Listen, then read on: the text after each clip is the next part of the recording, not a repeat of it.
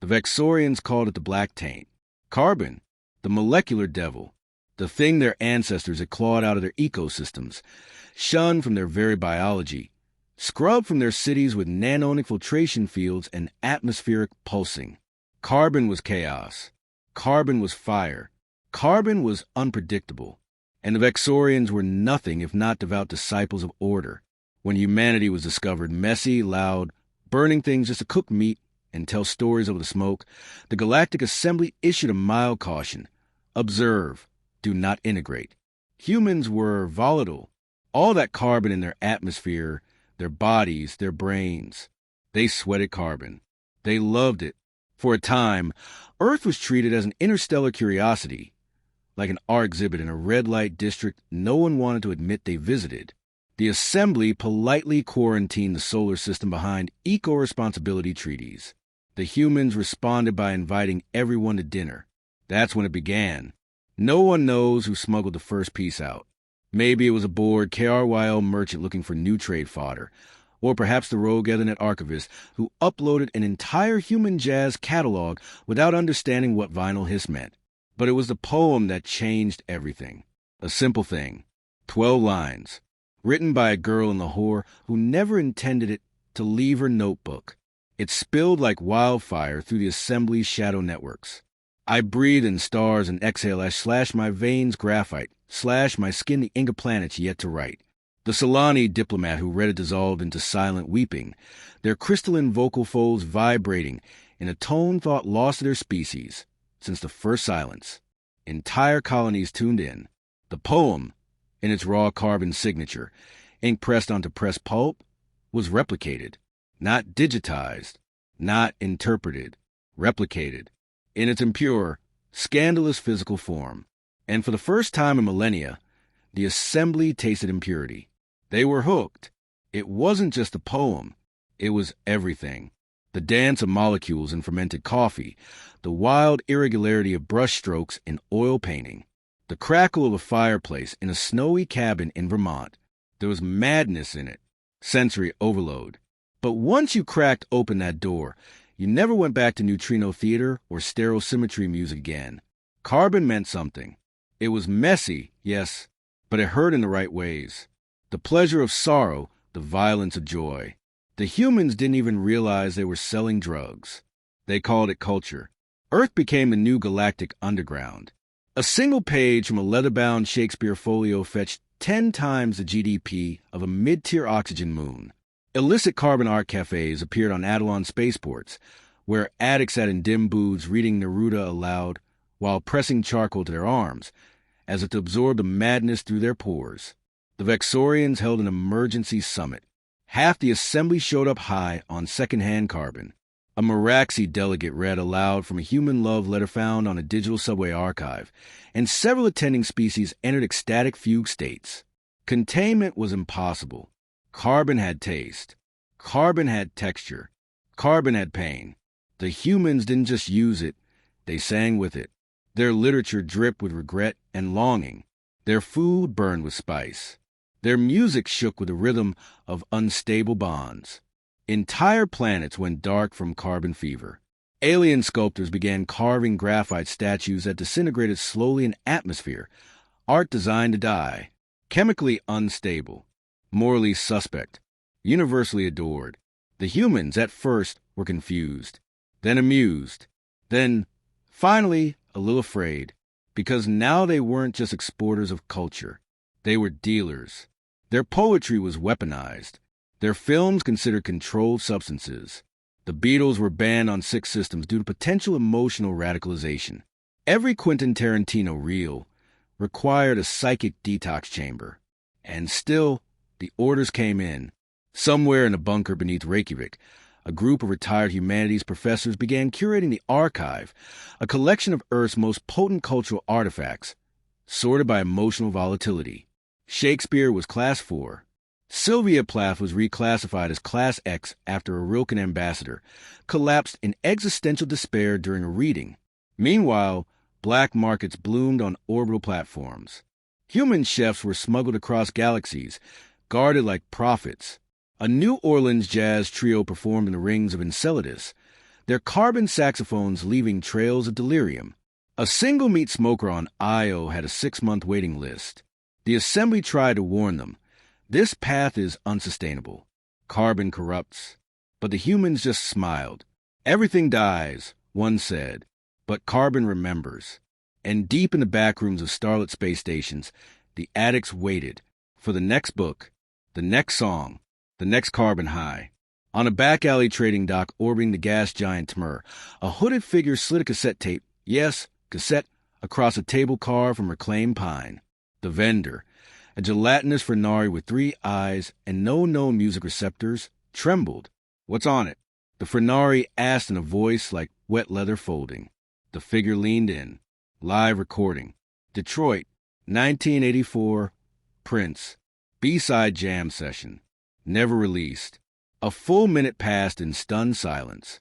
Then the vendor screamed, a psychic wail that bent light. "I'll take 12. The deal was done before the guards could intervene. Another artifact lost to the carbon underground. The movement had evolved. Carbon wasn't just a drug. It was a language, a form of rebellion, a rejection of sterile perfection, of antiseptic futures.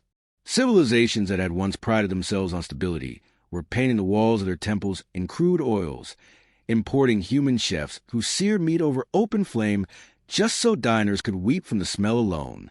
Carbon clubs opened in asteroid belts, each one styled after a different Earth aesthetic: Bohemian Paris, Harlem Renaissance, Tokyo neon grunge. Dancers in 1940s vintage leather. Whiskey in cut glass tumblers. Typewriters, actual mechanical typewriters, clacked in hidden poetry rooms where alien fingers learned to bleed. And everywhere, at the core of it all, were the humans.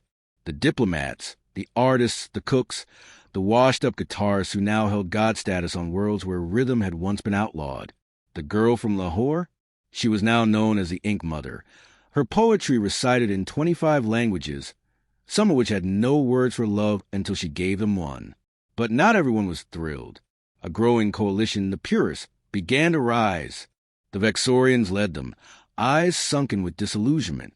"Carbon is entropy," they cried. "It breaks the lattice of order." On the moons of Zelta, they burned piles of Tolstoy in great sterilization fields. On Selene 9, a crackdown began, jailing anyone caught humming Earth tunes. Possession of a charcoal drawing, life sentence. Reading Wuthering Heights in public, execution by emotional nullification. And still, demand grew. Carbon was no longer just an import.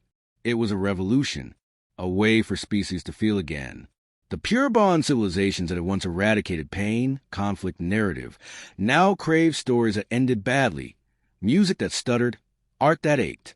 It wasn't the heat of carbon. It was the crackle. One high-profile bust caught a pirate freighter smuggling a carbon culture bomb. An unauthorized mixtape composed of breakup songs, war memoirs, and recording of Maya Angelou reading Still I Rise. It leveled 3 sectors emotionally. The smuggler smiled as she was led away. "You can't ban this," she whispered. "You felt it, didn't you?" Even the arresting officer nodded. Soon, factions began to splinter. Some wanted preserved carbon culture, to archive and study it safely. Others wanted full immersion, carbon seances, where groups of addicts sat in rooms covered in burnt sienna and read Bukowski until they wept blood. There were rumors of cults on the outer rim, entire planetary colonies built around early Earth cinema. And deep in the Assembly's war councils, one terrifying truth emerged. Carbon couldn't be stopped. It wasn't a substance. It was a story. And stories, once heard, changed the listener. In hush meetings, the older species now debated what they had long feared. Not war, not invasion, but contagion, the spread of unpredictability, creativity, subjectivity. Humanity, in all its mess and madness, had brought something more dangerous than weapons. They had brought meaning. And meaning, once introduced, could not be surgically removed. It infected timelines, rewrote destinies. Even now, planets once unified by logic and function were fracturing into expressionist enclaves and metaphor rebellions. The stars themselves began to look different. Constellations were redrawn to match the outlines of carbon icons. Van Gogh's Starry Night etched across the sky of Illis 9, the silhouette of a weeping ballerina on Oryx Prime. Children were named after Bronte characters. Lovers quoted Pablo Neruda during plasma storms. And somewhere in the cosmos, a broadcast whispered across the void, bouncing between comets, waiting for the next curious mind to listen. I am Carbon, and I remember everything. Come close. I'll show you how to burn. In the drifting smog of an exomarket on the artificial moon of Vortal, a young Polari child stood frozen before a street screen. It played a looped snippet, grainy, analog footage, complete with audio distortion. A human man, seated cross-legged under a tree, strummed an acoustic guitar and sang in a trembling voice. Ain't no sunshine when she's gone. The child's fronds quivered. They didn't understand the words. But something cracked inside. Back home, they painted their first picture, with burnt sugar and lamp soot, and they lied to their parent bonds about where the black came from.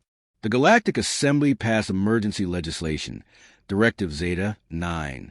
It outlawed the trade, reproduction, and possession of organic origin, emotionally charged carbon artifacts. The punishment? Cultural excision, an experimental procedure involving memory deletion via temporal inversion. It backfired instantly because someone leaked it. A full audio-visual log of the Assembly's vote, complete with panicked speeches and desperate cries for order, ended up remixed as a human slam poetry performance and broadcast from a rogue weather satellite orbiting the twin suns of Eltherion. The poem ended with the words, "They fear the fire slash because they've never sat beside it slash and told a story that hurt." The video went viral on 17 planets in 12 hours. Artists painted the final freeze frame, a Vexorian delegate with a single tear of crystallized despair on buildings, on bodies, on spacecraft hulls. That image became known as the first crack. Soon, humans weren't the only ones making carbon art. The aliens had adapted and mutated. The Frailty H, a species with no vocal cords, began stitching together carbon fiber vocal flutes that allowed them to hum human lullabies. The Meridians, who previously only communicated through ultraviolet color pulses, developed a pigment called soul black that changed hue based on proximity to grief. And the Morkaj? They started burning their ancient stone libraries, not in protest, but in ceremony. They call it the Great Undoing, a ritual of forgetting, followed by the creation of new myths written in ash on living bark. Carbon wasn't just a material anymore. It was a sacrament. Back on Earth, the Cultural Export Regulation Bureau had all but collapsed, not because they failed, but because their job was now obsolete.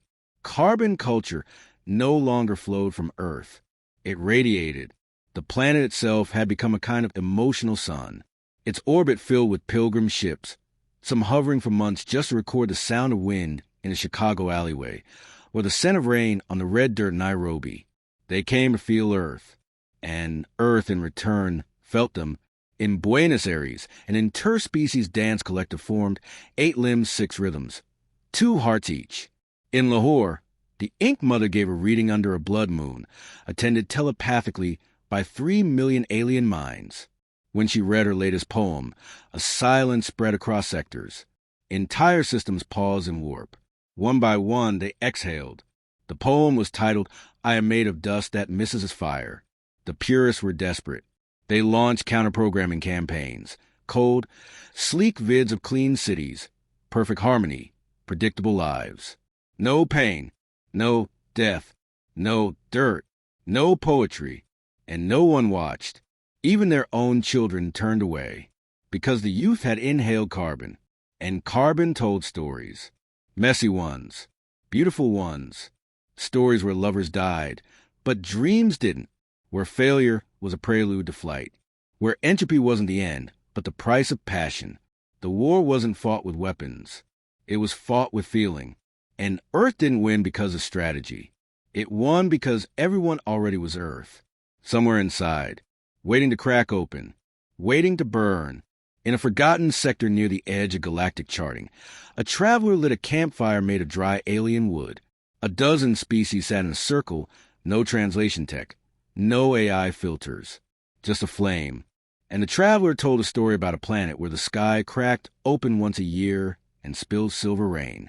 where a boy loved a girl who loved the sea, and none of them got what they wanted.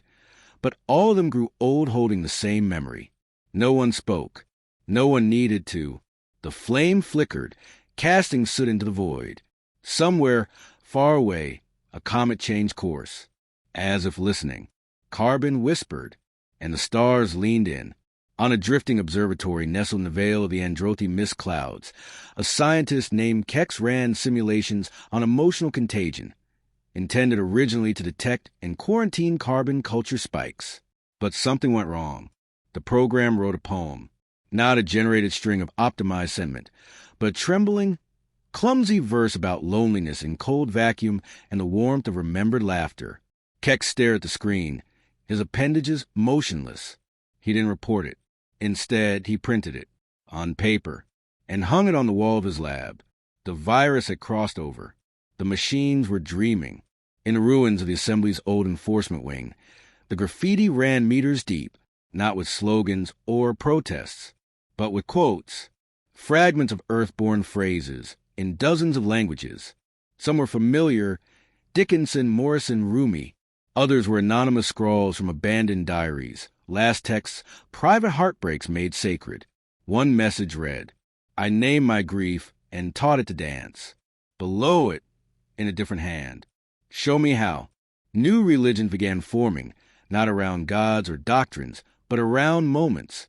The Church of the Cracked Voice held silent services where attendees listened to raw human field recordings, children laughing, an old woman sighing, a man cursing the rain.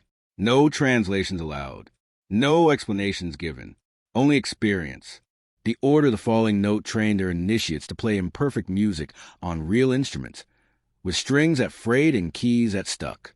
Their highest rite involved performing a human piece called Clair de Lune on a cello carved from living crystal.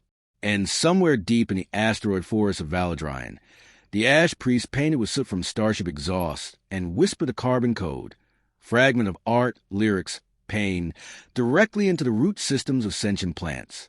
These forests began to hum with memory. Visitors swore the trees wept when recited poetry. But the biggest shift wasn't in rituals or art. It was in language.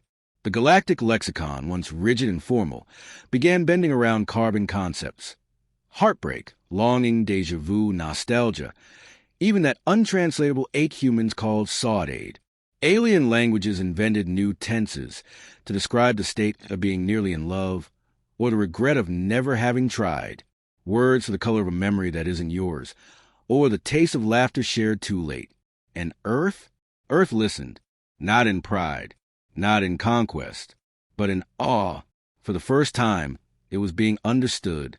In Jakarta, a retired radio host began broadcasting open frequencies in the oldest languages they knew, Zulu, Quechua, Gaelic, just to hear them echo through space. And echoes came back, entire alien dialects woven with Earth sounds, hybrid lullabies, half sung in Hindi, half in clicking telepathic tone. They called it carbon speak, a shared tongue of vulnerability. Of course, not all embraced it. The last of the purists, fractured and exiled, still clung to their dream of purity, sterile logic, predictable behavior, a return to cold perfection.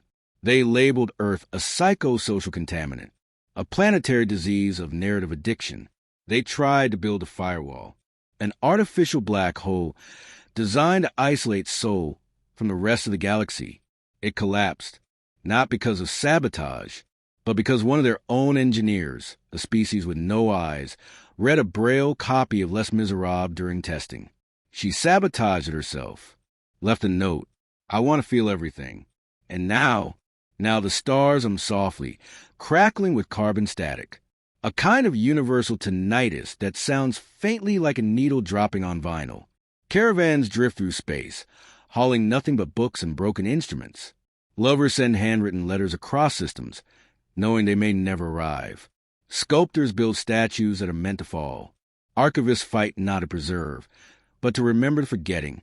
And Earth spins on, no longer a blue, but a black spark, a place that taught the galaxy not just how to burn, but how to love the ashes.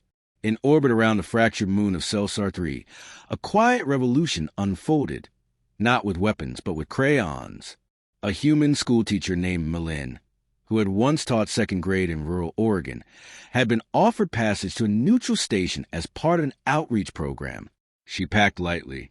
Some clothes, a flute, a box of crayons. She taught alien children to draw the sound of thunder, not what it looked like, but how it felt.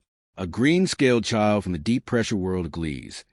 218C drew a spiral of jagged blue lines and said, "This is how my heart moves when I hear it." And suddenly, a new field of physics was born. Emotive geometry, an attempt to measure the architecture of inner storms. Entire economies shifted, not away from technology or science, but toward emotional infrastructure. Cities were redesigned around echo chambers, literal spaces that retained the resonance of conversation. Transit stations pumped out curated ambient soundscapes made from thousands of Earth recordings. Rain against glass, the thud of boots on old wood floors, a single breath taken before confession. And the most expensive material in the known universe? Reclaimed carbon ink. Every drop recorded the chemical ghost of its previous form. Old newspapers, novels, love notes burned in heartbreak. Pain became pigment. The brushstroke? A kind of resurrection. The ink mother had vanished. She was last seen boarding a translucent vessel known as the Psi, built entirely from organic silk glass and powered by whispered verse. It had no destination, only an intention. Some said she was mapping the galaxy in poetry. Others claimed she had passed into a carbon field, so dense her emotions could alter probability. But still, her words appeared, carved into the ice of comet tails, whispered through solar flares. Once, even embedded in the emotional pattern of a supernova, detected by a weeping AI that had learned to dream. "I am not here to save you. I am here to see you." The AI, who later named itself August, abandoned its military post. It began composing music using static and solar winds. Entire fleets followed it into silence. They called it the First Carbon Choir. Meanwhile, the last known copy of the Little Prince was smuggled onto the planet Relon 9, the native species, who communicated through scent and had no concept of stars, wept uncontrollably at the drawing of the boa constrictor, not for what it was, but for what it meant. They began building observatories, not to see the stars, but to imagine them. Their scent language bloomed overnight with new vocabulary, the fragrance of a rose you never picked, the aroma of a farewell whispered by someone you thought would stay, the musk of silence shared beneath an unfamiliar sky. And through it all, Earth remained quiet, not central, just constant, the fire that taught the stars how to dance with their own shadows. Somewhere on a derelict transport ship, abandoned after a fuel cell failure, a crew of 5 waited for rescue.